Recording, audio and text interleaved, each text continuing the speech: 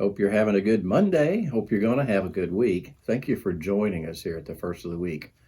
We're still in the Olivet Discourse, and Jesus is talking about the things that are going to happen that have to do with his coming. And of course, his coming will be at the tail end of 7 years of great tribulation after he snatches the church away. And he says, after having said, this generation will not pass away till all these things are fulfilled, and he was talking about the tribulation generation. He said, heaven and earth will pass away. That's going to be Revelation 20. But my words will not pass away. What a statement.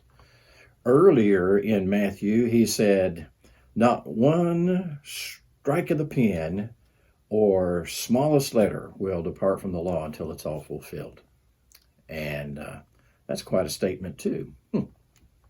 I don't think I could do something like that I could make a guarantee that my words would not pass away. But can't God do anything that he wants? And if he can create, if you believe in a creator, is he not also big enough to communicate with his creation? And is he also not big enough to make it clear that it's him doing the communicating?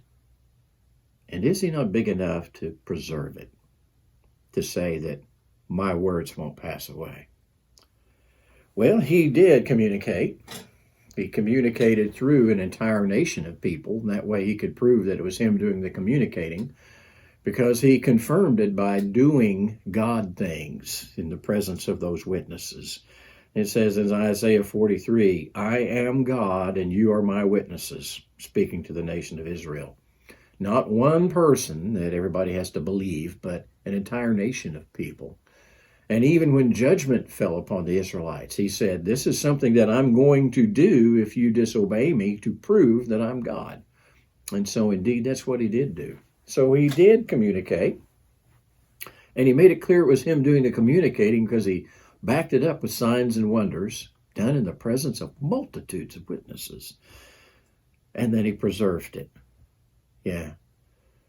Second place of the most documented writing in antiquity was Homer's Iliad. There are 600 copies of Homer's Iliad. There are 2,800 manuscripts of the New Testament that are preserved.